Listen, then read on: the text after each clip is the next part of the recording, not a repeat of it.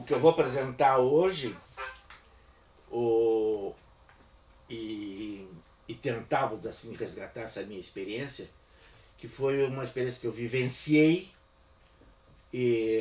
numa equipe multidisciplinar, uma equipe muito grande, e não só a vivenciei, mas como participei ativamente como um arquiteto e urbanista responsável por uma grande área, e que no programa era chamado de subprograma de infraestrutura social, que tinha a competência de dar conta de toda a parte urbanística da área industrial e a parte urbanística das eventuais intervenções urbanas que fossem ocorrer.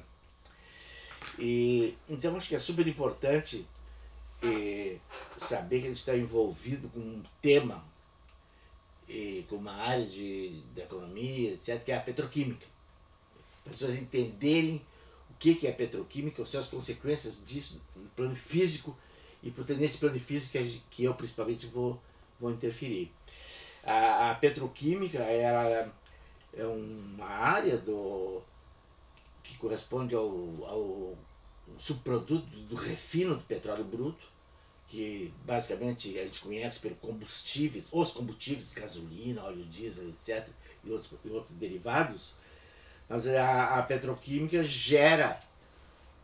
ela faz a gestão dessa área que vai dar origem a toda a área de resinas plásticas, esse mundo que a gente conhece do uso do plástico na indústria, na vida cotidiana.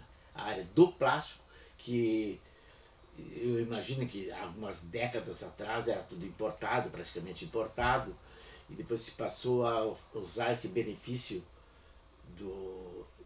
desses derivados do petróleo e gerar a indústria de plásticos, basicamente, que nós estamos falando. E aqui no Brasil, que tinha um domínio totalmente, unicamente privado, particular da produção, vamos dizer assim, elaboração da petroquímica, ela passou a ser um braço da Petrobras e tem uma empresa chamada Petroquímica. A Petroquisa, aliás. Petroquisa é uma empresa estatal, braço, subproduto, um braço, vamos dizer, avançado da Petrobras, que lida e tem essa competência de fazer a gestão em nível nacional, de propor uma política, uma estratégia em relação à indústria petroquímica. A Petroquisa é o nome da empresa. E a petroquímica, ela, e evidentemente com qualquer estágio industrial, ela vai evoluindo. E não o início, como sempre aqui no Brasil, as coisas não são totalmente planejadas e previstas.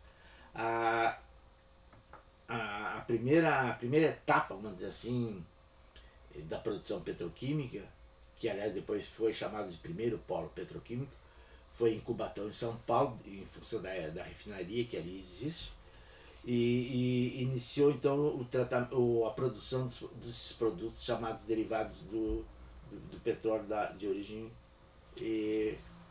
com o objetivo de fazer a indústria plástica, de resinas artificiais, que é um termo mais amplo. Uma coisa super importante é que esses insumos, no caso do nosso polo, que depois eu vou detalhar, o insumo principal é um gás que, como ele não era usado, ele era queimado, é aquela chama que a gente vê queimando no topo das refinarias, que é chamado de flare. Flare é a chama. Aqui, no caso, nos polos petroquímicos, esse gás é convertido, vamos dizer assim, na própria refinaria ou numa área industrial conectada com essa refinaria, em produtos e insumos para a indústria das resinas plásticas. No caso, então, do primeiro polo petroquímico, que foi Cubatão, era ali no próprio local de São Paulo, no estado de São Paulo, na cidade de Cubatão, naquela região. Depois houve uma evolução por questão da demanda, avanço tecnológico, pressões, principalmente da demanda e o desejo de capital estrangeiro, inclusive, e principalmente o know-how do processamento disso quase totalmente estrangeiro, foi feito um segundo polo petroquímico junto ao distrito industrial lá de Salvador, na Bahia, que foi chamado o segundo polo petroquímico, chamado de Polo de Camaçari. Esse segundo polo já foi uma etapa sofisticada, a nossa sócia está querendo... o segundo polo, ele foi planejado, ele foi construída essa área industrial para ser um polo petroquímico, e depois de alguns anos de atividade, houve uma pressão muito grande política de descentralizar a indústria petroquímica, porque já havia um favorecimento muito grande para o estado de São Paulo, em função do primeiro polo. Para o norte e nordeste eles foram presenteados, vamos dizer assim, com o segundo polo petroquímico de Camaçari, e houve uma pressão muito grande para que na região sul tivesse um polo. Toda a área econômica, dos bancos de desenvolvimento regionais, do caso BRDE e Badesul, que fizeram uma pressão muito grande política para que o polo viesse para cá, e para juntar argumentos, organizar essa demanda, foi feito um estudo de viabilidade promovido pelos bancos de desenvolvimento aqui no Sul, e inclusive o presidente da República, que no caso era o general Geisel, ele pediu, que ele era gaúcho, ele pediu que fosse feito então um estudo de viabilidade para localizar o polo petroquímico aqui na região sul. Foi feito esse estudo de viabilidade e o resultado deu que seria mais vantajoso, ao invés de fazer um terceiro polo, fazer a expansão de Camaçari. Aí o presidente Geisel devolveu assim, o estudo para os técnicos e disseram: agora vocês me façam um outro estudo que demonstra que é viável o terceiro polo petroquímico. Então o polo petroquímico nasceu assim, dessa decisão do topo do governo federal de implantar um polo petroquímico. E aí nasceu o terceiro polo petroquímico, que é o polo aqui de Triunfo.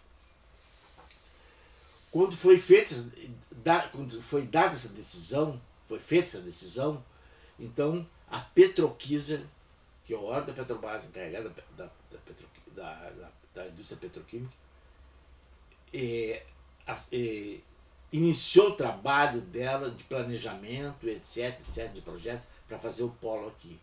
O que a Petroquímica fez? Ela já vinha com essa experiência de Cubatão, de Camaçari, e já tinha acumulado um conhecimento, uma sabedoria, com atualização de técnicas, de produção, etc., de que a central de matérias-primas, que já vou explicar com os seus estágios da produção, tivesse um tais formato.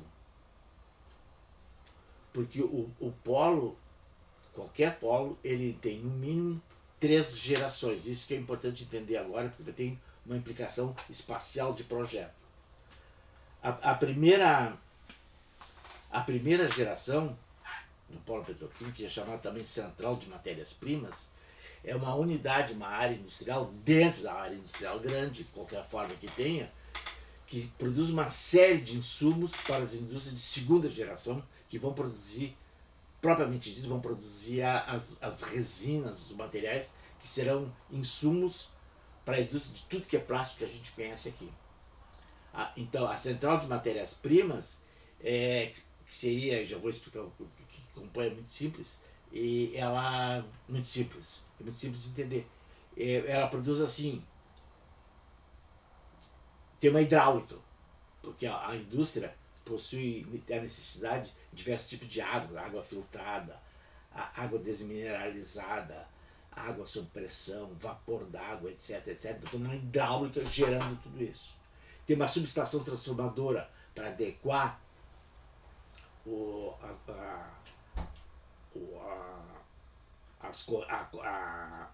tronco da energia elétrica que vem do Eletrosul, as demandas do polo, das diversas unidades com intensidades diferentes de energia, tipos de energia diferentes. Então, além disso, então, tem esses insumos que são auxiliares da infraestrutura, e os insumos propriamente ditos que têm origem E aí é super importante que o insumo mais importante para o polo petroquímico é o gás eteno, que é um subproduto do refino do petróleo. No caso aqui de Porto Alegre, eu quero dizer aqui do Sul, o eteno é produzido como subproduto da refinaria Alberto Pascolini, a Refap de Canoas, e portanto esse gás vem liquefeito sob pressão num oleoduto de Canoas até o local onde estaria o polo. Então ele entra no sistema do polo, do complexo do petroquímico como um gás, e esse gás ele é um gás que eu até faço uma caricatura disso, é como se fosse uma fita de várias moléculas, vamos dizer assim, de carbono, tudo. Eu agora vou fazer uma caricatura de arquiteto. E o carbono é aquele hexágono que a gente aprendeu na química orgânica nossa, antes do vestibular, que é um hexágono cheio de perninha, de cabecinha, de patinha. Então, esse eteno vem com uma cadeia muito comprida de moléculas de carbono e chega no polo assim. O que o polo tem que fazer é ter que desmembrar essa molécula do eteno em submoléculas, quer dizer, em partes, vamos dizer assim. Tem que ser desmembrada essa célula longínqua para dar origem a cada linha de produção de plásticos diferentes.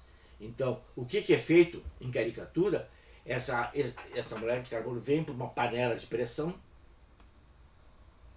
e ela é submetida a um processo de fragmentação da molécula do eteno para gerar diferentes, aqueles hexágonos que eu falei das moléculas. Cada uma vai gerar esses nomes que a gente conhece: polietileno, polipropileno, polietileno de alta densidade, de baixa densidade, etc, etc.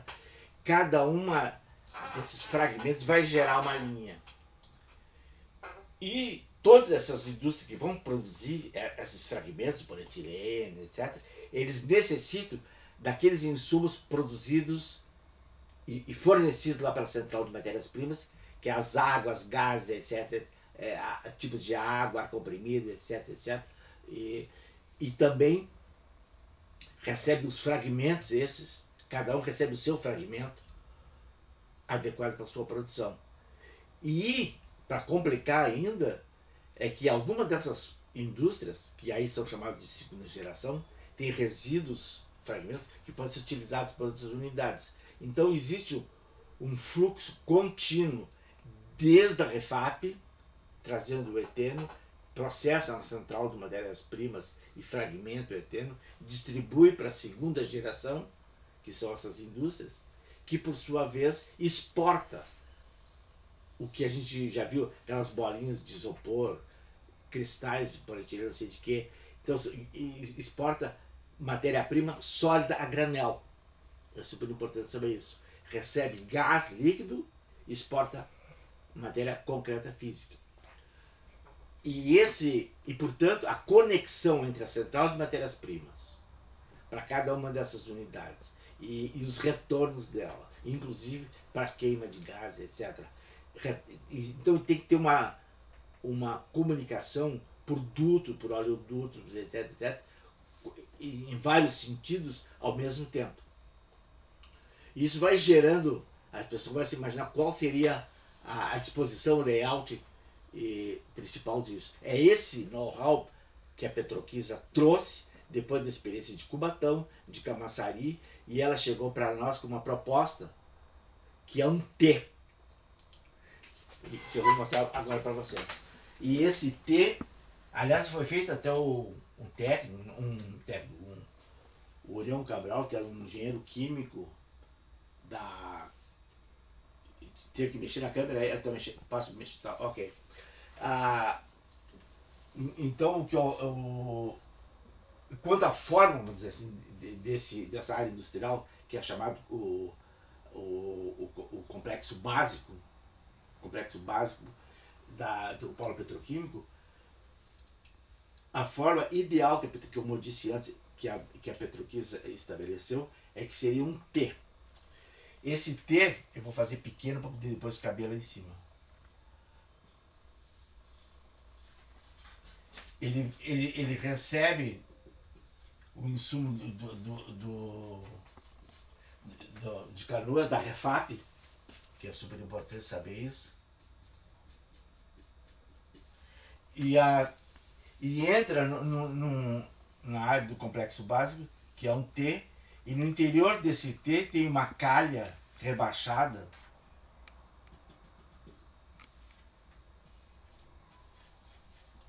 e onde percorre aqueles dutos e todas as canalizações, inclusive elétricas, hidráulicas, de rejeição, de eliminação dos resíduos, das águas, diversos tratamentos de resíduos que vão para uma estação de tratamento de esgoto, etc.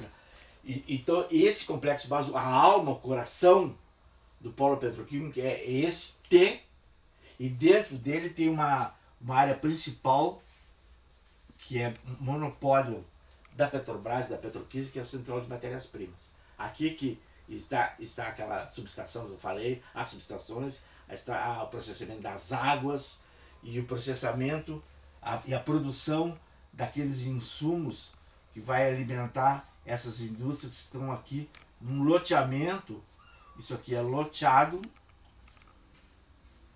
e cada uma desses módulos vai ocupar uma indústria dessa de processamento, de produção daqueles insumos para a indústria plástica. Ela recebe insumos e depois produz insumos para a terceira geração, que é a indústria de transformação, chamada indústria de transformação. Então nós temos o complexo básico aqui. A primeira geração é essa central, é o processamento de fragmentação do eteno, e que envia para essas unidades o subproduto, esse que vai gerar a terceira geração. A Petroquímica fez o levantamento da região metropolitana, e depois de vários estudos, esse trabalho deles foi feito em caixa preta. O Estado, aqui, a área técnica do Estado não teve acesso a isso. Nós recebemos de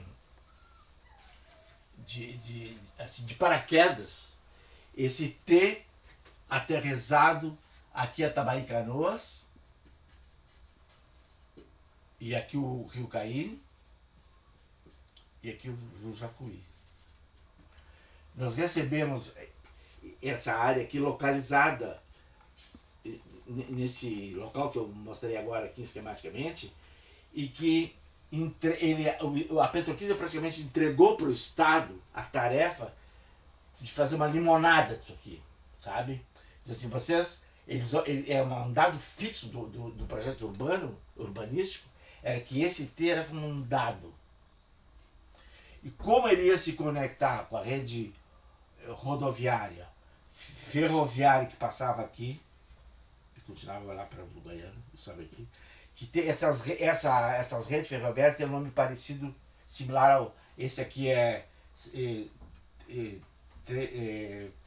BR 116, aqui é 290, e etc, etc. Então, a nossa tarefa, e minha, e da equipe do conselho aqui do Polo Petroquímico, era assim, dada a localização do complexo base de nós todos, fomos aprender com todo mundo. Ninguém tinha feito isso aqui no estado ainda, né? Fomos aprender e entender, vamos dizer assim, o que é o complexo básico, o que é a indústria petroquímica, para poder fazer uma intervenção mais correta possível. O que nós fizemos? Existia uma experiência muito ruim, muito pobre, em relação ao tratamento interno dessas variáveis aqui em Camaçari. Em Cubatão nem se fala porque nem tinha planejamento. Mas esse tratamento, esse relacionamento, no caso de Camaçari da Bahia, que depois eu, por visita, fui conhecer, depois eu participei também de um trabalho de atualização do polo de Camaçari, que adquire uma complexidade, porque tem questões de segurança muito grandes, de incêndios, explosivos, etc, etc. Tem uma questão super importante de acesso das matérias-primas e a exportação dessas matérias-primas. Tem uma descirculação muito importante. Ela extrapola, obviamente, qualquer necessidade, impacto aqui local e regional, porque é um impacto até nacional e internacional, no caso de exportação. Então, nós partimos assim, e isso aqui é inserido dentro da região metropolitana. Canoas está aqui, ó, do outro lado de Canoas, aqui o Rio Caí. O Rio Caí é aqui. E é muito importante, assim, ó, essa localização, nós vamos entrar agora com essa noção, assim, o que é um planejamento nacional, uma estratégia nacional, um programa de governo nacional, um programa estadual, regional e projetos derivados desses programas. Isso é super importante, porque jamais poderia ser feito um plano desse regional aqui se não tivesse um planejamento nacional, um planejamento entre aspas. Houve uma direção, uma decisão nacional de localizar esse polo aqui. E então é super importante, porque muitas vezes a gente faz uma intervenção, a gente não sabe disso, quer fazer uma intervenção interna, proibido. Isso aqui é uma competência, que se chama, a palavra técnica correta é competência. A competência disso aqui é federal. Tanto a gestão, a construção, como a decisão de fazer isso aqui. O resto é regional, depois pode ser municipal. E o Estado, então, para dar conta disso aqui, montou um conselho de implantação desse polo, um conselho de nível do governador, de governo, com secretariados, são liderados pelo secretário de planejamento, que por sua vez montou uma equipe chamada Conselho Executivo, Secretaria Executiva do Polo, que no fim empurra o piano, né? Aí cada vez fica mais próximo de nós o problema. Nós é que devemos dar conta disso aqui. Então, a Secretaria Executiva é essa, acho que era esse o nome, ou parecido,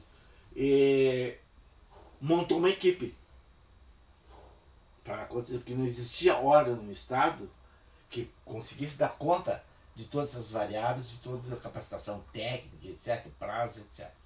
Então o governo montou uma equipe de implantação do polo petroquímico e como participante dessa equipe que eu começo a minha história. Porque o secretário de planejamento, que era o Maurel Miller, ele convocou técnicos e economistas, etc., que já tinham tido experiência na Planisul, eu já tinha trabalhado também em programas de áreas industriais, tradição econômica de desenvolvimento, de áreas de desenvolvimento, etc., etc. Montou essa equipe técnica, que eu fiz parte, desde tinha 5 pessoas, primeiras 5 pessoas envolvidas com esse 5, 6 pessoas envolvidas com esse problema aqui, eu já era uma dessas pessoas. Então eu acompanhei todas as etapas de implantação e de decisão. Foi feita montar essa equipe, e aí uma coisa super importante para nós arquitetos é que a gente não aprende isso na faculdade, nem pode.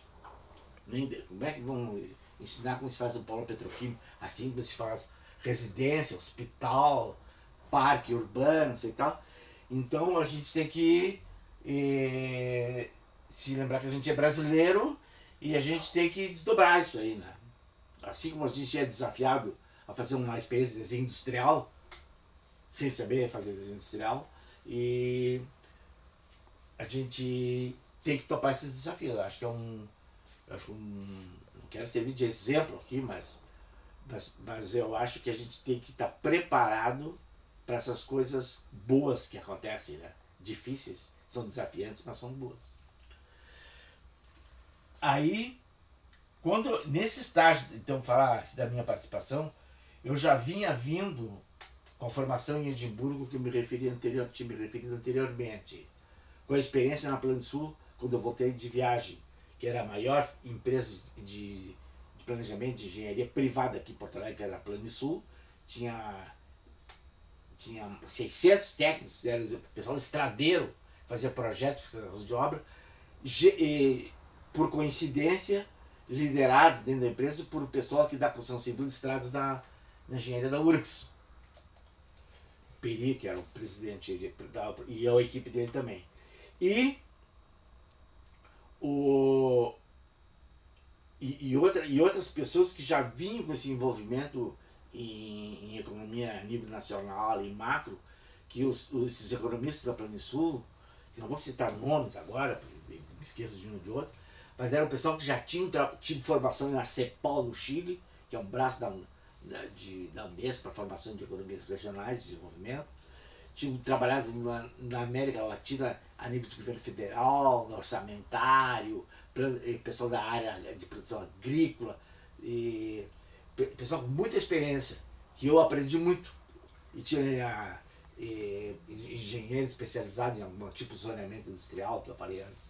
E estava o início, vamos dizer assim, da aplicação da informática nos projetos, inclusive o nosso cronograma, o nosso controller, o homem que controla o organograma, o cronograma, não o organograma, era feito por uma folha de computação que rodava todas as semanas para ir acompanhar o projeto. Então, o problema foi dado aqui, e a primeira tarefa imediata, e também era super importante, tudo que foi produzido em termos de propostas urbanas era para já, não tinha assim, fazer uma proposta que vai ser elaborada, para ser apresentada, para ser publicada, não. Era decidido aqui, passava para outra porta que o pessoal da engenharia já transformava isso em traçado semifinal e anteprojeto, que ia para a licitação de projeto executivo, de projeto final, e que ia para a licitação para a construção da obra. Então, as decisões tinham que ser rápidas e muito rápidas. Assim, para arquiteto é muito rápido. Para arquiteto, eu gosto de deixar para a última hora. Né? A gente vai adiante para ver se melhora essa ideia, se tem uma ideia melhor. E nesse caso não tinha essa, tinha que ser tudo urgente.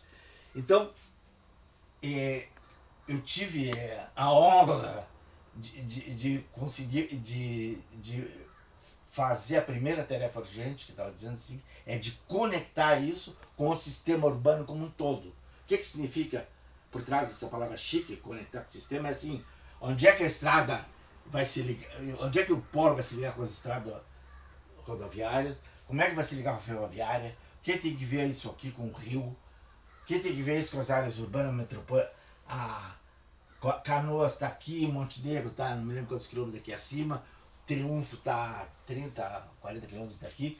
Como é que se conecta tudo isso nos dois sentidos? O que alguém vai sofrer o impacto disso?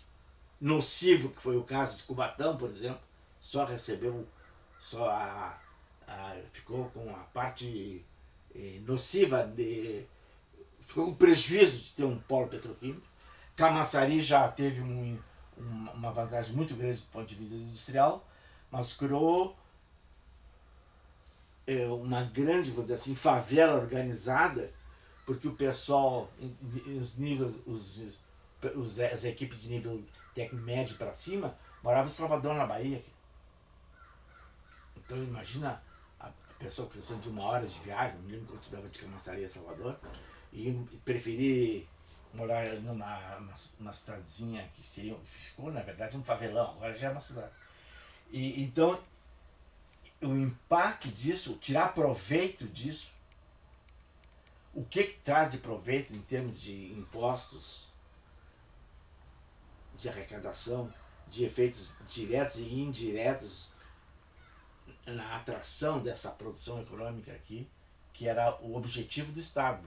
O que poderia trazer de desenvolvimento para a área, para a região e para o Estado como um todo. Então, a proposta que eu fiz foi assim. Eu examinei mais ou menos a topografia, depois nós vamos mostrar em detalhe, e eu propus, depois eu vou argumentar por quê, de fazer a conexão aqui, com a Tabaí Canoas, que é 386, eu acho que é. E na rodoviária. E a ferroviária era uma questão quase que óbvia, que a rede ferroviária passava tangenciando a parte sul aqui a parte inferior do T, então já existia uma estaçãozinha pequena aqui que poderia ser transformada num terminal ferroviário. O acesso, o uso como hidrovia, como transporte hidroviário, na época não foi cogitado.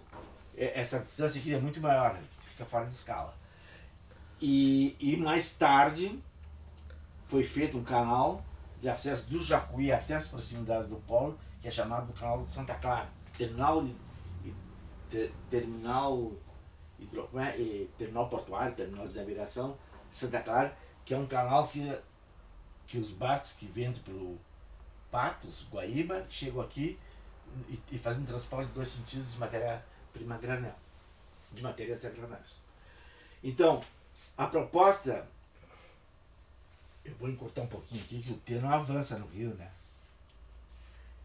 E então, como isso aqui, essa área aqui tem uma vinculação rígida com a Refap, tem que estar conectado, e esses lotes, essas unidades industriais têm uma comunicação rígida com a central de matérias-primas, que dependem do insumo desse, e também e fazer um tratamento coletivo dos rejeitos, dos efluentes, etc. Isso aqui. A próxima etapa de produção, a localização é livre, porque sai dessas unidades aqui matérias-primas a granel secas, que pode ser transportadas a 200 metros, 500 metros aqui do lado, ou pode viajar 1.500 quilômetros, não tem problema nenhum. Então, no ar desse ambiente aqui de planejamento, etc., existiam palavras que diziam assim: isso aqui tem é inelástica a localização, mas a terceira geração, a indústria de transformação chamada, pode ser colocada em qualquer lugar, mas a palavra que existia no ar assim: a terceira geração sempre tende a ficar junto ao consumo no ar. Isso aí é uma palavra, é uma observação muito vaga, que em termos assim de proposta de uma área industrial, etc., não quer dizer nada. Porque pode assim ser tudo produzido aqui e desaparecer do estado, por exemplo. E para todo o estado exportar. Como nós importamos ainda muitas resinas de outros estados. Então o interesse do estado era tentar fixar ao máximo a indústria de terceira geração aqui no estado, ao máximo na região metropolitana e também, se possível, ao máximo aqui para gerar uma área de desenvolvimento industrial fora da região metropolitana, descentralizar a área industrial e como complicação ainda que aqui tinha a divisa de Montenegro para Triunfo. Eram 2 municípios envolvidos nessa história. O complexo básico como um todo estaria vinculado ao município de Triunfo, que equivale lá em Salvador ao município de Camaçari. E essa área aqui era ligada a outro município, aqui está a divisa, é bem aqui, ao município de Montenegro.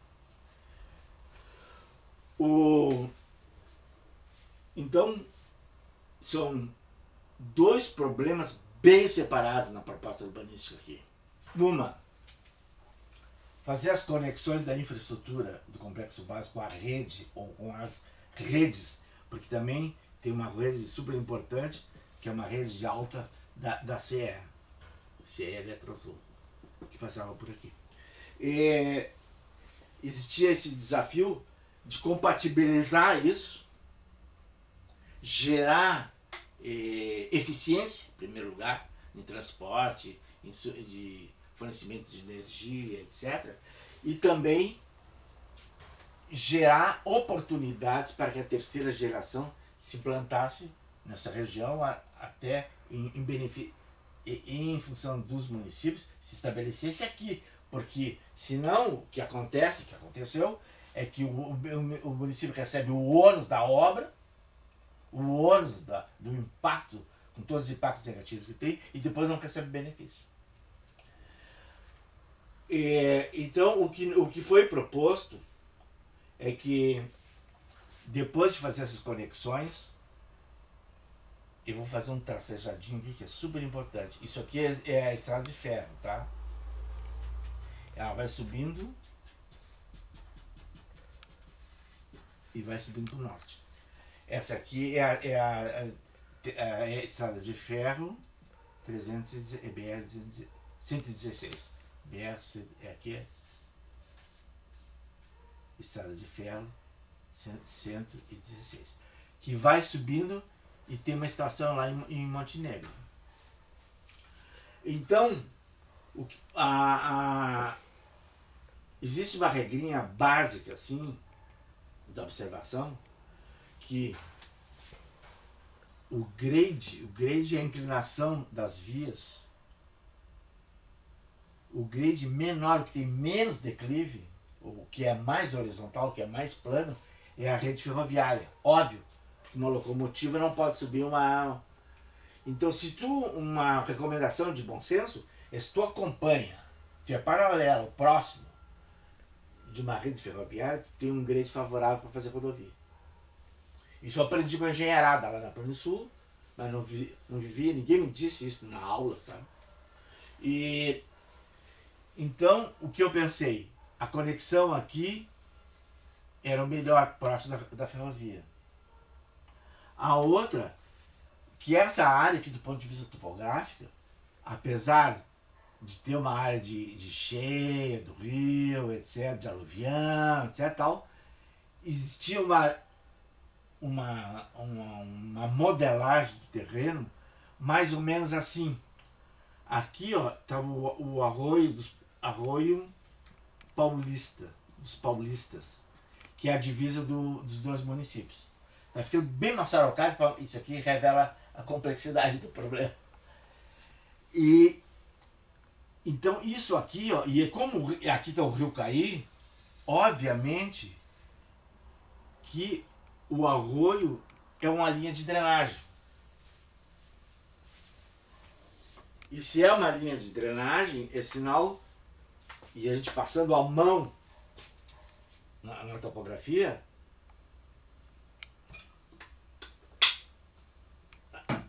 a gente percebe que tem, eu percebi que tinha essa linha de drenagem aqui, e tinha uma outra linha de drenagem ali, ó, que só ocorria fluxo de água, etc. Tal, em épocas chuvosas e tal, mas não se caracterizava como um arroio permanente, um canal d'água permanente. Então o que nós tínhamos aqui, fazendo um corte aqui em cima, seria assim, plano mais ou menos inclina aqui, sobe, depois desce de novo aqui, ó, de novo, e depois fica plano para cá. Então tinha um declive aqui e tinha outro declive aqui. E tinha a possibilidade de fazer área plana aqui, fazia a possibilidade de fazer área plana aqui também. Aqui está o arroio paulista. Isso aqui tudo era plano na zona de aluvião. E aqui começava a subir, mas a topografia era extremamente favorável, tanto aqui, ó, no topo da BR-116, como nesse fragmento aqui entre as duas linhas de drenagem. Então, eu fiquei sabendo depois que existia uma intenção da Petrobras, da Petroquisa, que o polo fosse de frente para lá. Então eu estava imaginando que o acesso seria por aqui. Porque os projetos daqui, da Copesul, que é a empresa, depois eu vou explicar a composição das empresas, são de frente para a bela paisagem, etc. A porta de entrada eu tinha imaginado aqui. Que do ponto de vista de acesso, e não discuti com ninguém isso lá, eu cheguei nessas conclusões, aqui isolado do que eles pensavam, é que aqui seria totalmente contraindicado fazer o acesso por aqui. Porque aqui ia ter diversos aspectos negativos. Primeiro que a rodovia aqui, o acesso esse, ia funcionar como uma barragem para drenagem natural. Aqui seria ter aterros, mini viadutos, mini bueiros, etc, etc, com custo elevado, artificial, agredindo a paisagem natural. Então seria uma coisa antinatural, engenheiresca, que os engenheiros não me ouçam. Então o que eu propus aqui, e já vou recuperar e o que eu já tinha dito em relação à minha experiência de Edimburgo e até anterior à experiência, que eu fiquei muito engajado, preocupado, introjetou em mim essa necessidade que o desenho urbano, que os projetos urbanos, que as ocupações urbanas, as intervenções, tenham o máximo de flexibilidade para se adaptar para uma série de fatores que são imponderáveis, fora de controle, que são imponderáveis, que são frutos de decisão de outros níveis, que é o caso aqui, por exemplo. Tem uma decisão lá de cima. Então, eu já tinha testado essas minhas ideias de fazer um desenho flexível, com capacidade de adaptação, que depois, eventualmente, eu posso detalhar mais isso, a origem, vamos dizer assim, teórica disso. Então, o que eu propus era o seguinte, ó, 3 vias aqui.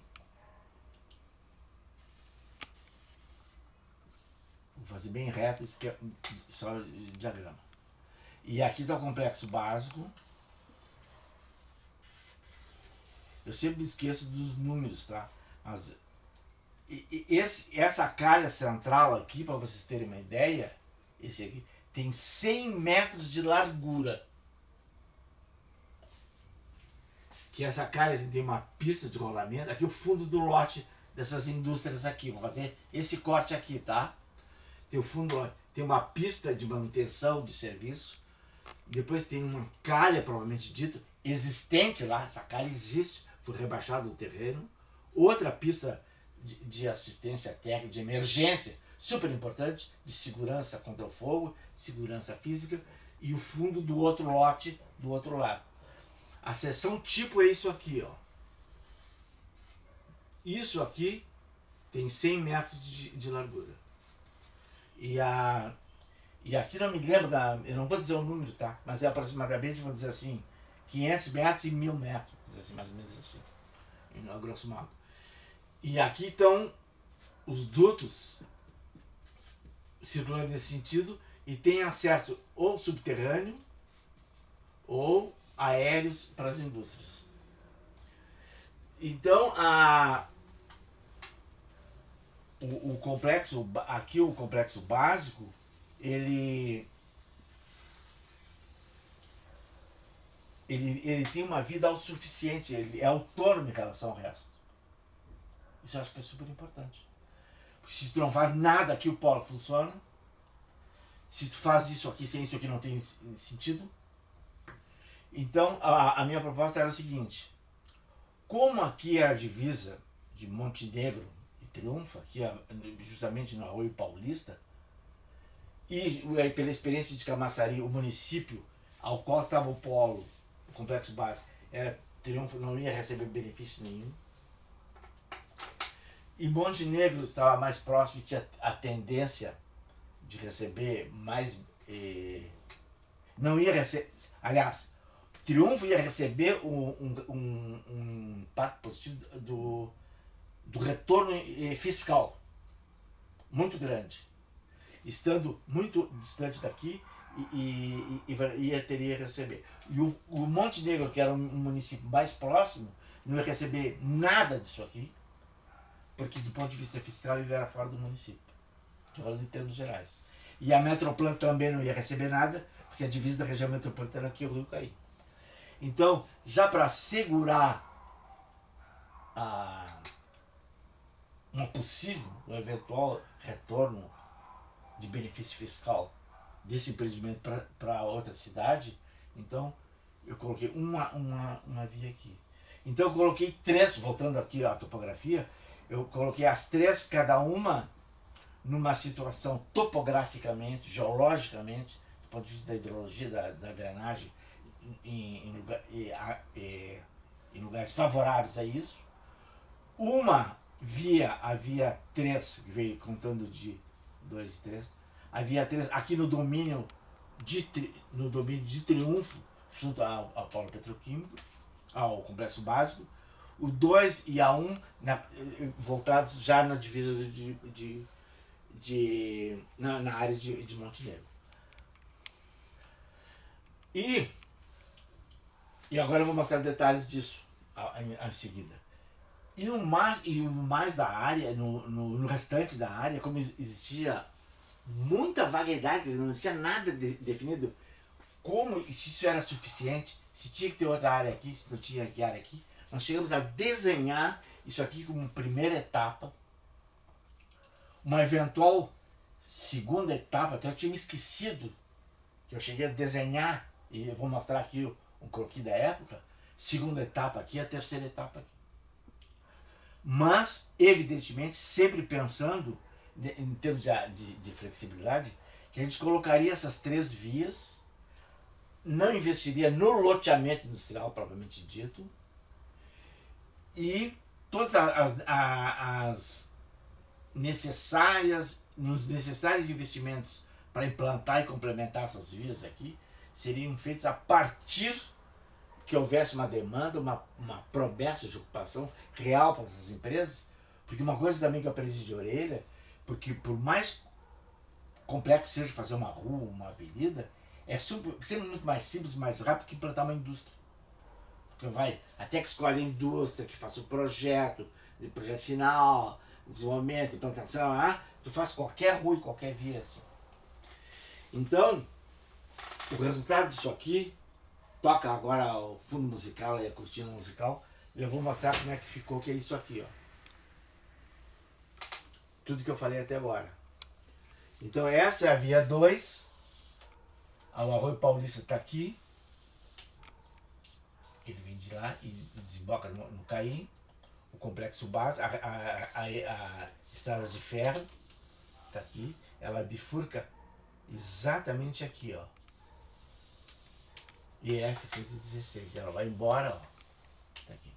A conexão do complexo básico, as 3 vias. E do ponto de vista de estratégia, avançando, né?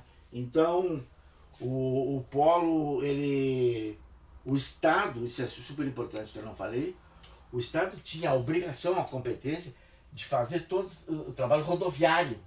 Se a parte interna era da Petroquisa, a parte de infraestrutura, o refino, né, etc., o tratamento da primeira e segunda geração, aqui está a central de matérias-primas,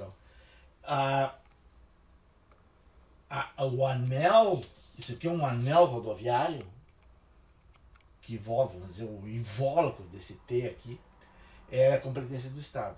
E também todas as conexões. Eu digo isso porque isso aí envolveu um trabalho muito grande de engenharia final, de abrir licitação e de começar a obra, até no momento da primeira terraplenagem, foi mais ou menos nesse ponto aqui, que passaram a primeira máquina estava presente, no meio do campo, assim.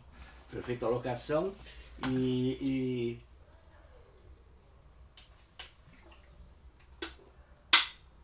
foi dada a partir do polo. Foi toda essa brincadeira entre o começo e a inauguração, que foi o tempo que eu participei, foi 6 anos e meio, mais ou menos assim. A minha parte aqui foi fazer as vias, montar essa estratégia e reservar uma área aqui, ó, que eu vou mostrar o projeto, que estava óbvio, assim, que como a gente não tinha acesso interno para serviços de obras, serviços aqui, benefícios, as empresas que viessem instalar teriam que ter uma área própria de comércio, serviços, apoio técnico, centrais de abastecimento, o que uma área industrial precisa. Ela teria a sua autonomia e, evidentemente, próximo à rodovia Recutabaí e Canoas, que ela inseria direto na região metropolitana. Nós fizemos o detalhamento da via 2, porque o que nós pensamos é o seguinte: Triunfo teria um complexo básico e uma via. Aqui a divisa, né? Montenegro teria 2 vias, então a gente considerava a via 1 era vantajosa porque está próxima a Itabaí. A via 3 tem as vantagens de estar próxima ao complexo básico. Então, para que essa via 2 não virasse fundo de quintal, fosse a prima pobre, patinho feio das vias, nós começaríamos, como em loteamento se faz residencial, se investe no fundo do loteamento e o investidor deixa para vender os lotes da frente, da beira-mar, etc., depois do investimento está maduro. Então a gente deixaria investiria primeiro nessa aqui, e essa aqui teria evidentemente uma valorização natural, porque também essa via aqui, ela serviria, e serviu, está hoje lá assim, servindo de apoio para a estação de tratamento, que não poderia ser feita aqui por questão de segurança, etc. Então a via 3 também abriga aqui a estação de tratamento de esgoto aqui. E então a segunda etapa, depois das conexões, era desenvolver, detalhar essa via aqui que nós fizemos, que eu vou mostrar, e depois a estratégia urbana. Eu não sei se eu mostro agora, eu acho que na sequência eu vou mostrar o detalhamento dessa via, e antes, para reforçar o que, vamos ver se vai dar para ver, aqui dá para ver. O primeiro croquis na época que eu fiz, para mim, para onde eu, ficou boa a imagem aí, Gabriel? Para mim tomar pé dessas variáveis que eu estou passando para vocês, e a gente vê que é um croquis que não corresponde totalmente à realidade, porque o complexo base eu levei até a Bahia, ó, e aparece aqui as áreas de expansão industriais, ó. A primeira que não tem aqui, erradamente, porque ela está inserida aqui, a segunda e a terceira etapa. Evidentemente que eu exagero. Mas os polos estão aqui, ó, Montenegro, Triunfo, que não, Triunfo aparece tracejado aqui, ó, nem aparece tão distante. E depois então foi feito esse lançamento das vias, e eu vou mostrar.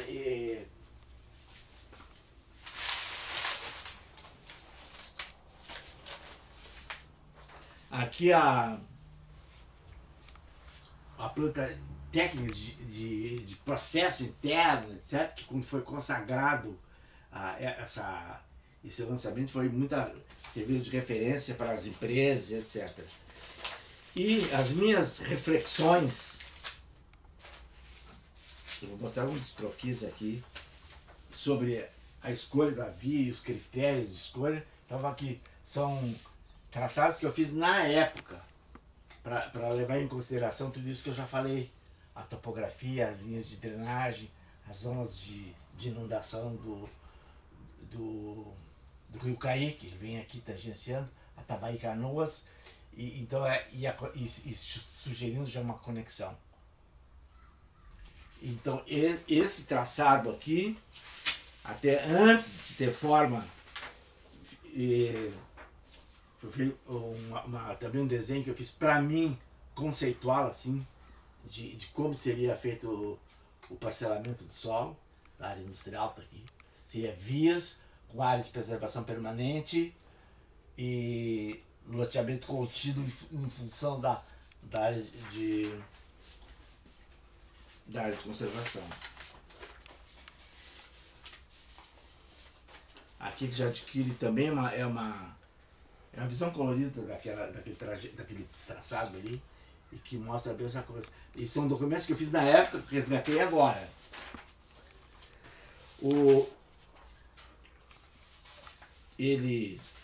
Então, já pensando na área de apoio e serviços, também aqui, aparece bem aí, Gabriel? Uhum. Então começa, como diz o termo do o povoamento aqui da área, né? Que além desses lotes, eu não tinha detalhado essa que vocês vão ver agora, e se imaginou uns módulos aqui que está bem detalhado, eu vou mostrar para vocês.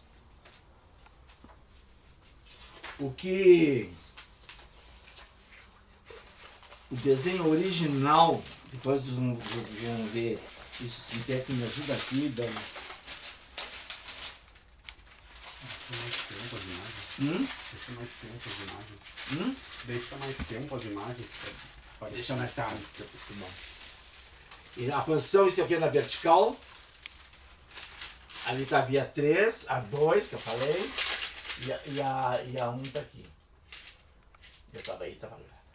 Então eu imaginei a distribuição dessa zona de serviço, que era uma faixa em termos de zoneamento, né, de uso adequada, evidentemente, para apoio e serviço, era uma área assim, considerada apoio e serviços. Aqui era uma zona de grandes depósitos, aqui uma área de oficinas de manutenção, aqui equipamentos especiais, que o nosso mais conhecido é posto de gasolina, uma central de vendas de gás, etc. Assim. E aqui seria assim, deixa ficar aqui, ó. Tá boa a imagem aqui, Daniel? Aqui seria assim, o lado urbano da área industrial. Seria uma área totalmente pedestrianizada do interior, com um anel totalmente adaptado à topografia, com menos terraplenagem possível, e com tudo que tu pode imaginar de apoio e serviços, e também de apoio às equipes técnicas, que passavam 24 horas por dia, podem vir almoçar aqui, fazer compras, agências bancárias, correios, etc, comércio local, que poderia servir não só ao pessoal do polo, mas também conectado com a região. Então, logo aqui a 386. Isso aqui foi detalhado, vou mostrar para vocês.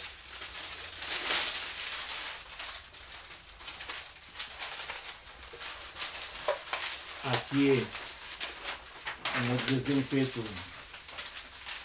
pela mão do Rogerinho aqui na mesma ocasião, já tentando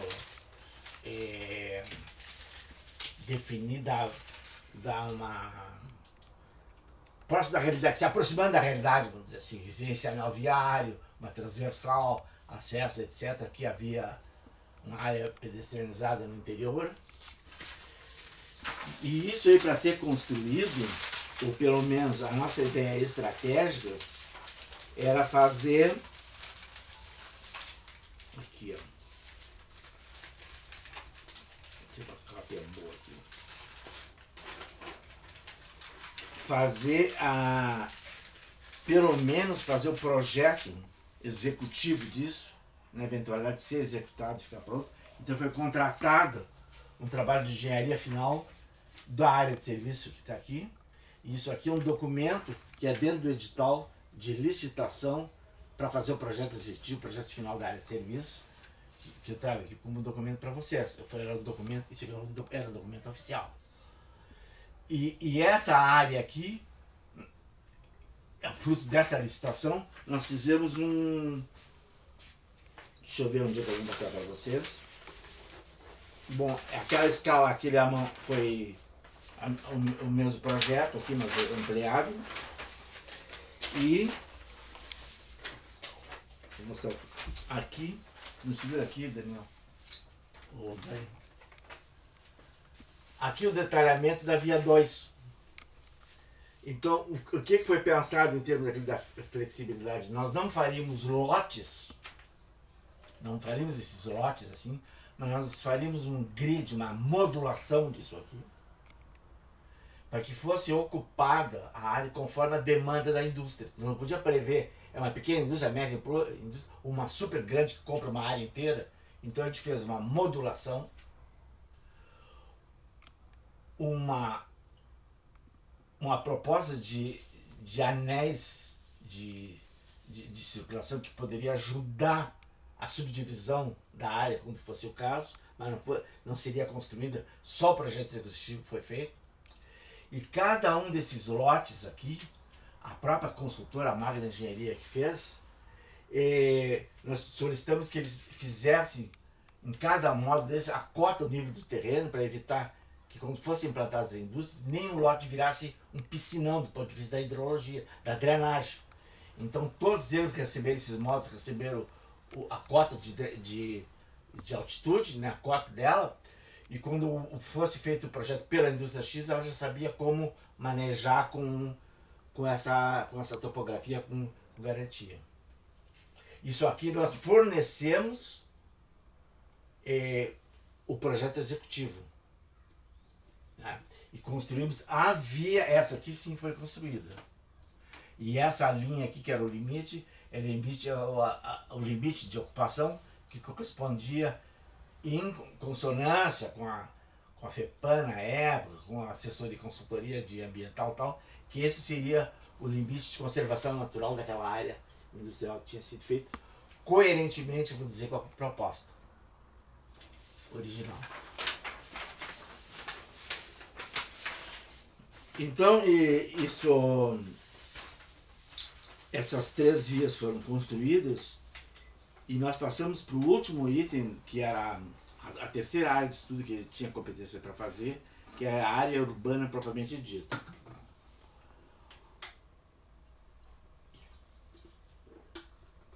O que a gente pensou é assim: em primeiro lugar, existia uma atração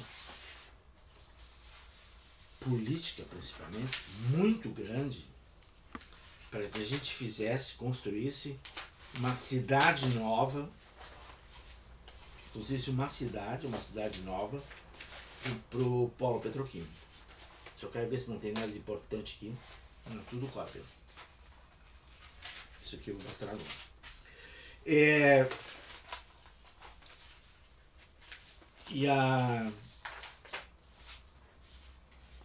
E eu nessas alturas eu já tinha viajado um pouco, já tinha trabalhado em projetos urbanos, com os diretores, áreas industriais que eu fiz. A pessoa me conhece agora como paisagista e tal, mas eu acho que eu fiz mais área industrial do que parques. Principalmente terminais de carga, etc. E nas minhas viagens europeias lá, quando eu já estava envolvido no polo, eu tive a possibilidade, numa dessas viagens de turismo utilitário, eu consultando com o pessoal, eu fiz um estágio na França, na SET Internacional, SET, SCET, Sociedade Central para o Equipamento do Território, uma empresa que tinha trabalhado no Brasil na área de turismo e fez o projeto da Rio Santos, eles que fizeram. E meu ideal era fazer um estágio dentro, que eu fiz, fazer um estágio sobre lazer e turismo. Mas a própria SET tinha outra SET, eu estagiei na SET Internacional, mas tinha a SET Betir, que fazia habitação, tinha outra SET, não sei o que fazia infraestrutura. Então eu tive a possibilidade, por conhecimento e tal, de visitar uma cidade nova em função de um polo petroquímico, em Marseille, lá no sul da França, que é a cidade de Foz, FOS. E aí eu tive a ocasião de ver a qualidade, a preocupação, o respeito que eles tinham com a área técnica, com as pessoas, assim, vamos dizer assim, acho que a palavra mais certa é mesmo respeito. E que é uma maravilha a cidade nova, que eu visitei essa. Eu fui visitar uma top, assim. Eu pensei, bom, isso aqui no Brasil jamais vou fazer. Né?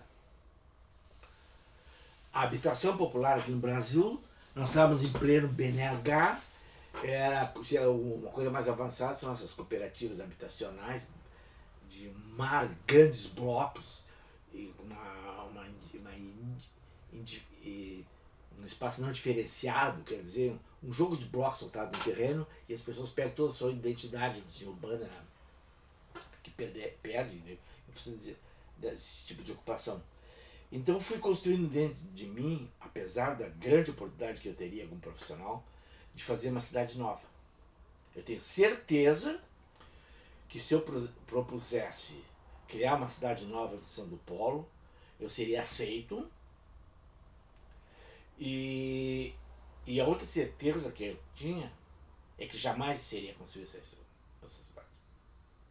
Tranquilidade. Eu sempre digo, então, de piada para turminha mais íntima, eu sei como é que vai terminar uma cidade nova.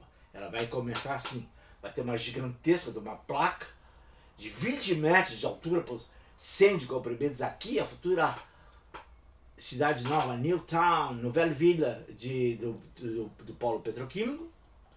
Vão construir 2, 3 blocos de habitação, naquele estilo do BNH que a gente chamava, pejorativo, sem nenhuma infraestrutura. Quem moraria nesses blocos seriam o pessoal de mais baixa renda, não é? Inferiores do ponto de vista da importância, mas de mais baixa renda, porque o pessoal de média para cima ia continuar morando nas suas cidades da região metropolitana, com muita probabilidade de a maioria morando em Porto Alegre. Pessoal que fez carreira dentro da Petrobras, vai trabalhar ali na Refap, aqui, bora aqui. Vem um ônibus do Polo Petrolífero trazendo, até hoje aqui pelas esquinas de manhã cedo e de tardezinha. Porque o que ia acontecer é que aqueles blocos iam construir lá sem infraestrutura, sem escola, sem infraestrutura de saúde, hospital, farmácia, escola para as crianças, transporte público. Onde é que vai aparecer isso? Jamais. Então fui construindo esse consenso assim, de que a gente não ia fazer uma cidade nova e a gente ia montar uma estratégia urbana. O termo técnico que eu adotei, nós vamos fazer uma estratégia para abrigar a eventual e possível população que vai trabalhar no complexo básico e na área de transformação.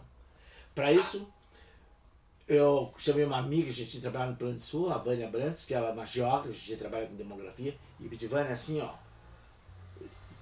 o perfil de emprego que vai ter aqui no complexo básico, é essa estimativa. Não existe estimativa para a área de transformação, mas dizem que é assim. Tem aqueles índices assim, para cada metro quadrado de indústria de transformação gera tantos empregos diretos, tantos indiretos, não sei o quê, mas os indiretos são mulheres, são crianças, e exploram, e constrói uma pirâmide, vamos dizer assim, e ela fez isso. Então, com base nesse estudo de demografia feito, nós fizemos um fatiamento dessa demanda habitacional que gerou tanto por cento que vai ficar em Porto Alegre, tanto por cento diluído na região metropolitana, tanto disseminado, vamos dizer assim, disperso, indefinido, vamos dizer assim, localização indefinida. E eu propus então, assim, ó, que ao invés de a gente fazer uma cidade nova, e tendo visto esse número que nós tínhamos aqui, vamos fazer assim, vamos expandir a cidade de Montenegro, que é a mais próxima, e que hoje já tem as condições de dar esse apoio, que é o oposto que aconteceu lá em Camaçari e Dias d'Ávila, que as duas cidades não tinham condições de dar apoio. Nós já temos esse luxo. E temos um outro município que é candidato a receber muito dinheiro e que poderá, evidentemente, oferecer condições, vamos dizer assim, de abrigo, de alojar essas pessoas do ponto de vista urbano.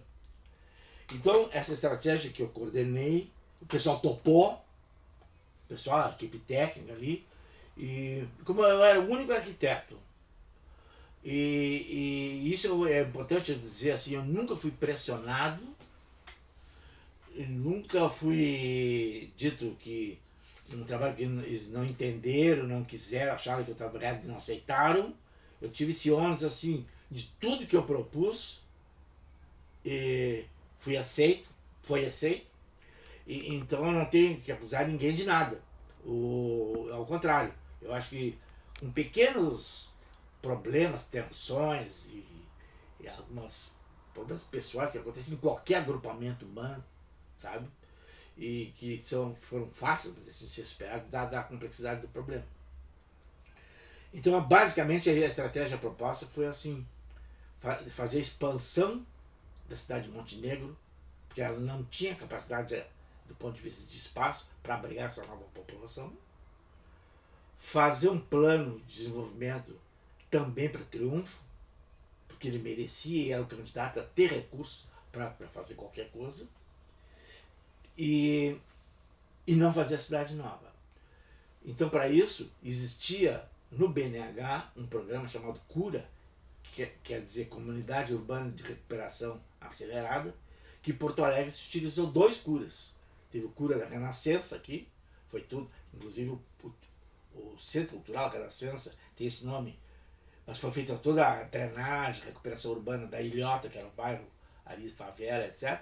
Foi feito o ginásio Tesourinha, o parque, a via dupla, o corredor, uma área privada que foi vendida para edifício e tal. É um cura. E o outro Porto Seco de Porto Alegre também, a cura do batismo de Padroeira.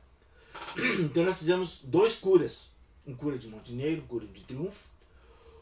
O de Triunfo era mais simples, porque tinha um centro histórico. E nós propusemos a recuperação, a restauração de todo o núcleo histórico pelo BNH, que nunca o BNH, até aquele ponto, tinha financiado recuperação histórica, mas acontece que as coincidências felizes é que a gerente da área de desenvolvimento urbano do BNH aqui era a nossa colega, a Laís Salengue, que era professora, inclusive, da URGS, e nós levamos uma proposta lá e ela teve muito boa vontade e aprovou isso na instância dela, foi para Brasília, voltou, foi aprovado, então houve uma recuperação todo centro histórico com o dinheiro do BNH e depois foi feito a expansão viária, adequação para a cidade, a renovação da cidade, afinal de contas.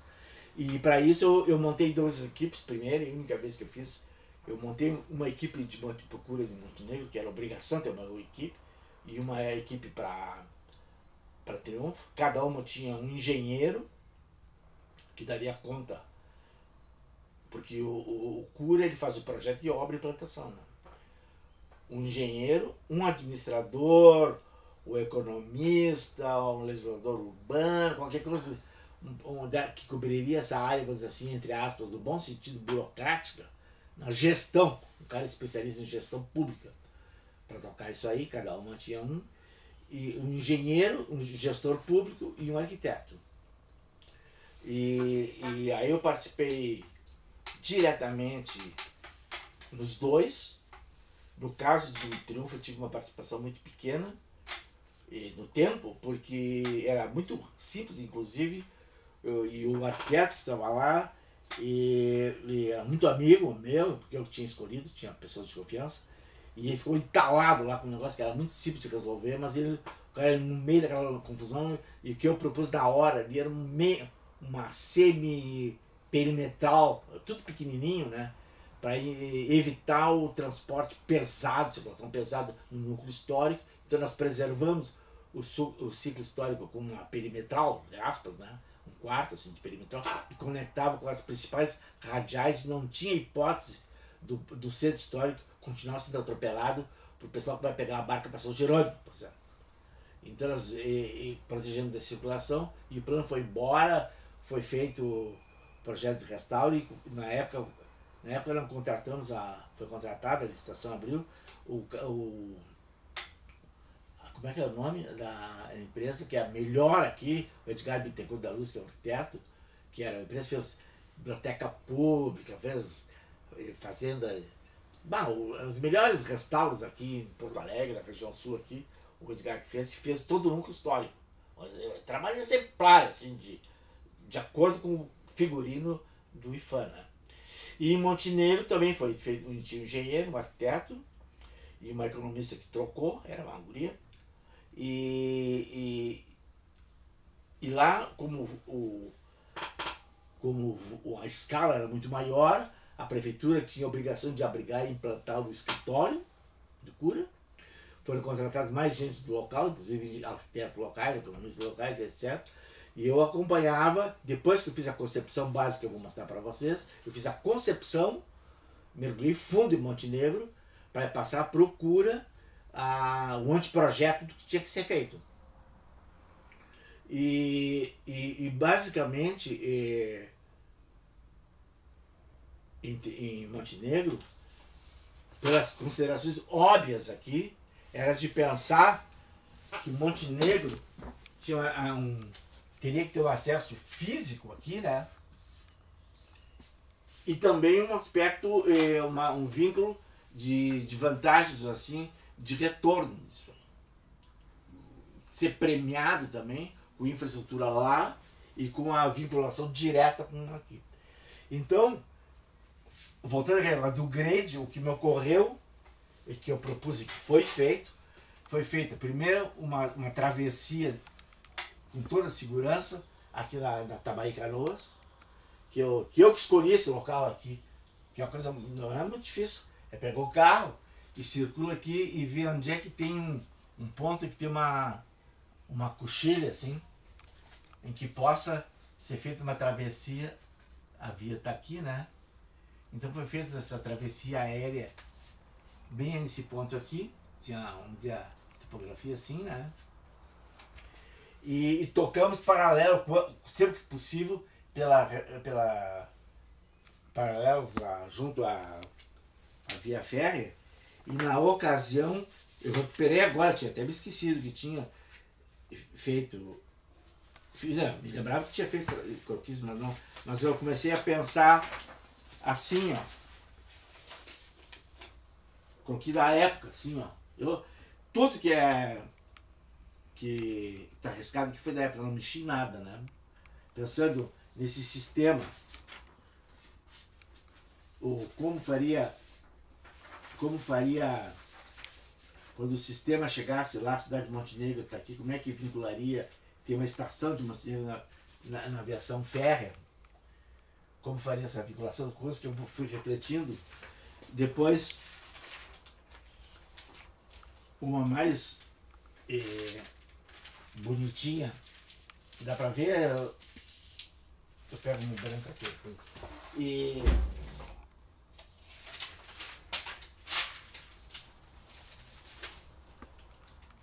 foi amadurecendo essa ideia, que acho que é super importante na área de concepção, trabalhando com diagramas, porque tu não te preocupa, isso é muito importante.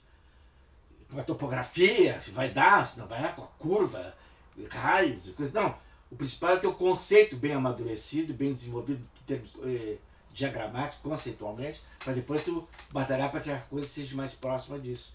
Então a ideia era o núcleo urbano existente aqui, fazer uma conexão com a cidade com esse eixo que veio de cá. E foi evoluindo. São tudo documentos, não era para expor, não era para mostrar para ninguém, nunca ninguém viu baixo isso, sabe? São coisas que eu, para meu consumo, aí comecei já a imaginar a cidade aqui, as vias, etc. E cada vez nesse coisa meio, nessa prática, vamos dizer assim, meio lúdica, a gente vai se aproximando da realidade e já passei de Montenegro aqui. Eu tinha um cacuete.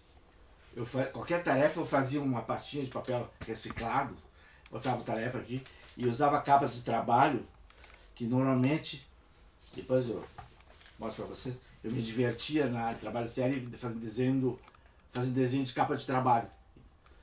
Reciclava. Então eu fui amadurecendo nessa ideia do... Deixa eu ver uma preto e branco aqui para... tem esse croquis também. Foi amadurecendo. O que significa, no fim?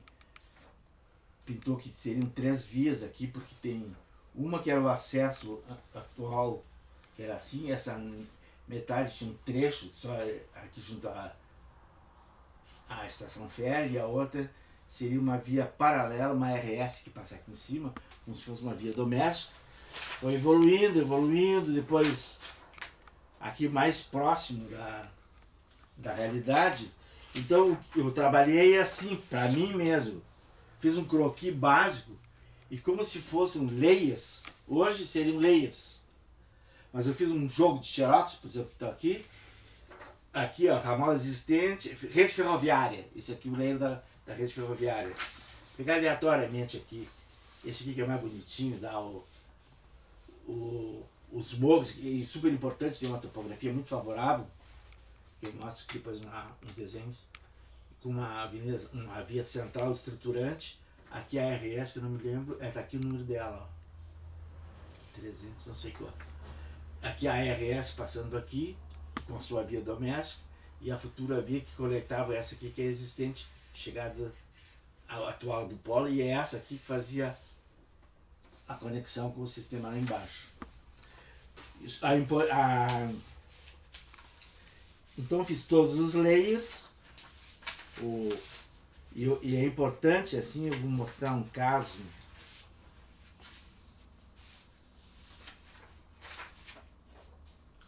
Ontem eu procurei esse bandido aqui, não achava esse croquis, mas agora achei. Eu fiz croquis assim da paisagem. A cidade está lá, os 2 morros, a via está chegando aqui. Depois esse aqui que eu acho que é o que fala mais a verdade, que é esse aqui, ó. Tá bom aí, Gabriel? os dois morros, a cidade existente está do lado de lá, a chegada existente, o Caí faz essa volta, tangencia, a via principal e as 3 vias. Aqui está a conexão, caminho vindo do polo.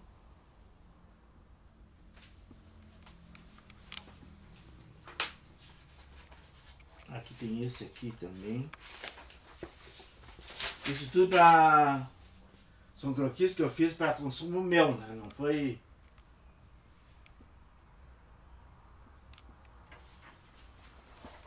Aí, já pensando em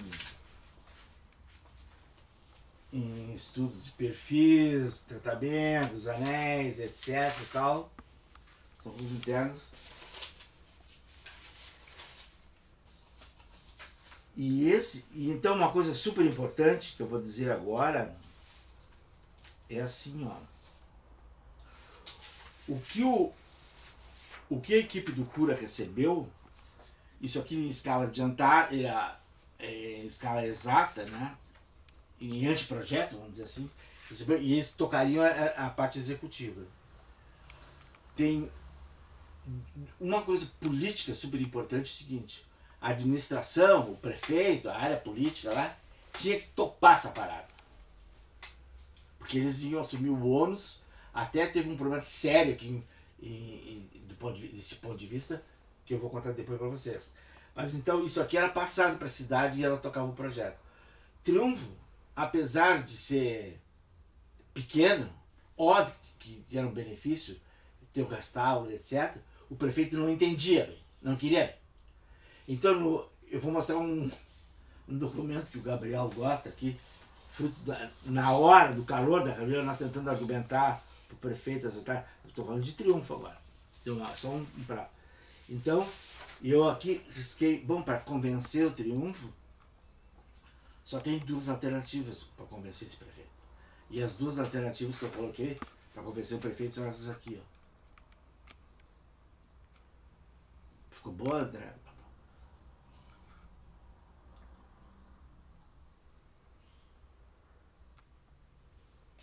Ou seria a via oral de goela abaixo, ou via pelo polo sul aqui, para convencer o cara, porque não tinha outro jeito. Esse cara ele criou tanto problema no decorrer do projeto, e depois modernamente, que ele foi preso por corrupção. Um caso extremo. Eu nunca tinha... Acho que o primeiro cara no Brasil. E ele ficou tão abilolado, isso aí que eu até fiz uma caricatura dele, tá aqui, ó. Consegue ver, Daniel? Gabriel.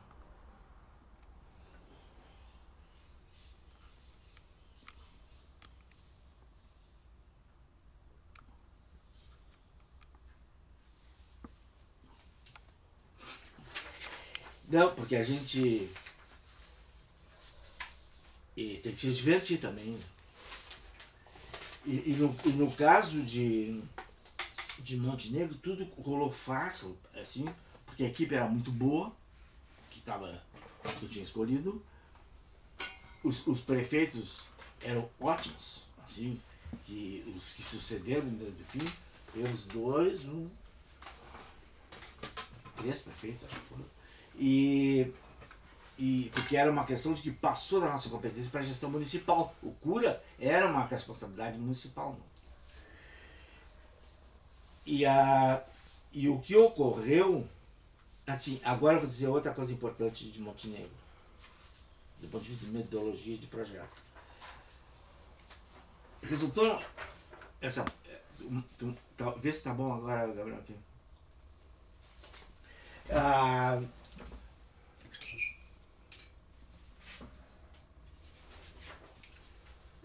Resultou que, assim, como nós tínhamos proposto uma estrutura com aquela flexibilidade de receber todas as demandas, aquela mesma preocupação de fazer uma estrutura que tenha disponibilidade de abrigar futuras propostas, né? Então nós tínhamos a possibilidade aqui de fazer uma inversão que na vida convencional ocorre. Faz um plano diretor para toda a cidade e depois sai escolhendo lugar para colocar ou deixar as coisas ocorrerem, da direita e etc. Nós fizemos uma estrutura, um esqueleto e fizemos as propostas de localização, por exemplo, um centro cultural, um núcleo que atende o empregado, um CINE, Sistema Nacional de Emprego, mais o apoio ao empregado, aos empregados, de seguros, etc., encaminhamento, todos os encaminhamentos burocráticos, tinha um núcleo que na chegada direta do polo chegava nesse núcleo, uma escola elementar, fundamental, uma escola de nível médio, tudo financiado pelo CURA, uma estação de bombeiros também, um prédio novo que foi construído. Tudo isso vai ser colocado segundo a lógica da nossa estrutura. E depois o que era liberado para o setor privado, o acerto com os proprietários da área, o que era desapropriado e o que não era. Tem coisas que a gente não conseguiu, por exemplo, desapropriar uma via, um ramal ferroviário que passa pela cidade, que foi desativado. Então estava pedindo para ser um parque linear e uma ciclovia, coisa que apareceu só agora no TFG, TFC, né? Trabalho final de TFC. Apareceu um trabalho, outro trabalho que fiz banca na Unicinos também, apareceu um parque linear, aliás, um parque urbano, bem aqui, que lida com o problema da inundação. Uma guria fez um trabalho super interessante, até porque o pai dela tinha trabalho do CURA, e até, não vou dizer o nome, e ela fez uma análise espetacular disso aqui tudo, fez a localização espetacular, e o projeto não apareceu, o projeto estava mal, sabe? Uma pena, que ela merecia um outro serviço para fazer o projeto propriamente dito, né? E então eu acho assim, ó, o que é importante aqui? Nós invertemos, fazemos um plano diretor adequado à nossa estrutura proposta, quer dizer, o desenho urbano, a intervenção urbana, dando as diretrizes para um plano regulador que diz não, plano diretor é um plano que diz não pode fazer aqui na altura, não pode ocupar aqui, isso não pode aqui, e não diz o que pode. E nós fizemos assim uma proposta do que pode, do que deve, fizemos uma proposta teórica, esquemática, com projeto, com anteprojeto, projeto executivo, com execução de obra, quer dizer, o máximo de concretude impossível. Então a gente faz um plano diretor em cima para regular isso aí. E teve um caso, esse aqui tá ótimo, ó. Teve um caso grave, sabe? Que aqui, ó, da época, a minha anotação, essa coisinha aqui roxa, que é uma área industrial, uma indústria, é a cervejaria Antártica, que estava aqui. Então, por essa vocação aqui, chega 263 aqui, é a redoma de Savia aqui, ela vem lá de Portão, lá vem aqui, 263, e tem uma vocação para a área industrial local, não tem nada a ver com o polo petroquímico. E tinha um cara bem nesse triângulo aqui, que ele estava com a proposta de fazer um loteamento popular. Mas popular de baixo nível. Daqueles caras que fazem especulação da terra, especulação do solo, vende, deixa o pessoal ali e vai embora. E aí nós tentamos convencer ele de não fazer o lançamento, que ele esperasse, o terreno dele ia valorizar como área industrial. E o cara foi para o governador direto, para o vice-governador, para o secretário de planejamento, para o meu coordenador geral de implantação, e todo mundo dizendo, quem decide isso aí é o Maninsky. E aí o cara parrudo, assim, um braço quebrado, um gesso aqui, veio me peitar e pediu reunião, e veio com um cara, e aí segunda vez que eu pedi uma pessoa, que no caso era o coordenador do CURA de Montenegro, que ele tinha 120 quilos, era desse tamanho, muito fiel a mim, assim, e eu pedi, olha, Tati, tu me acompanha nessa reunião que eu tô sentindo que a pressão vai ser grande. E o cara, ele me ameaçou. E aí, esgotados todos, mas ele veio para cima. E nós mantivemos aqui o que pudemos, depois não sei o que aconteceu, mas do plano diretor, aqui era área industrial, não podia construir residência, ele que fosse batalhar no lugar. Então, Quer dizer, a realidade existe. Por isso que ela é a realidade. Né? E, então a gente tem que saber lidar com a realidade. Mas no mais, vamos dizer assim, nós tivemos muito clima muito favorável para fazer isso aqui. E o problema que surgiu grave, sério aqui no Cura de Montenegro é que o Cura, o banco financia, mas quer receber de volta. Receber. Então não houve uma articulação política em torno de aliviar a pressão sobre a prefeitura do ônibus do Cura, porque nós não inventamos o polo petroquímico, sabe, a prefeitura, não, nós estamos aqui. Então a gente poderia ter uma cidade estatal, como foi feito esse complexo básico aqui, e ter um incentivo e subsídios, no mínimo subsídios, vamos dizer, para isso aí, e ficaram anos pagando o Cura, mas também ganharam a cidade. Para vocês terem uma ideia, a rede de esgoto local e pluvial de Montenegro era assim, tinha um trecho totalmente superado, entupido, esclerosado, depois tinha um trecho pequeno, totalmente novo, depois vinha outro esclerosado. Cada prefeito ia, sobre cada reclamação, fazia uma pequena obra e foi feita toda uma rede nova. A rede escolar, centro cultural, que era a esposa do prefeito, ficou famoso centro cultural de Montenegro, com coral, mobilizando, sabe? Teve uma renovação real da cidade. Houve uma preservação da paisagem e espaços públicos, e houve uma melhora muito grande.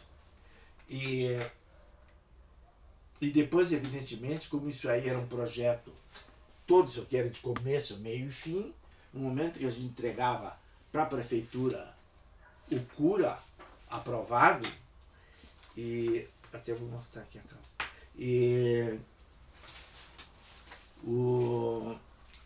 A nossa tarefa, vamos dizer assim, era dada como pronta. Né? Eu acho assim, ó, que o que eu poderia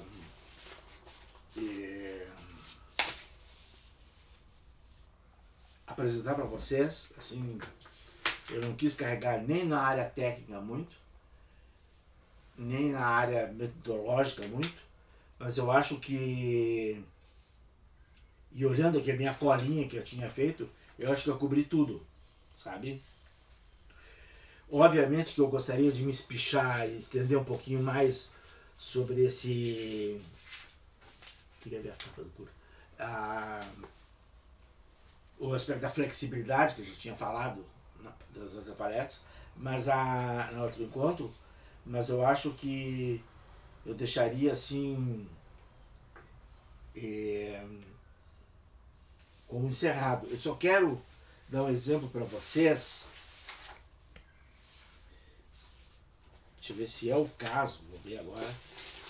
Que, por exemplo, nós na arquitetura, e eu sei que eu fiz a graduação em 11 anos, a gente nunca faz um projeto executivo. Nunca vê.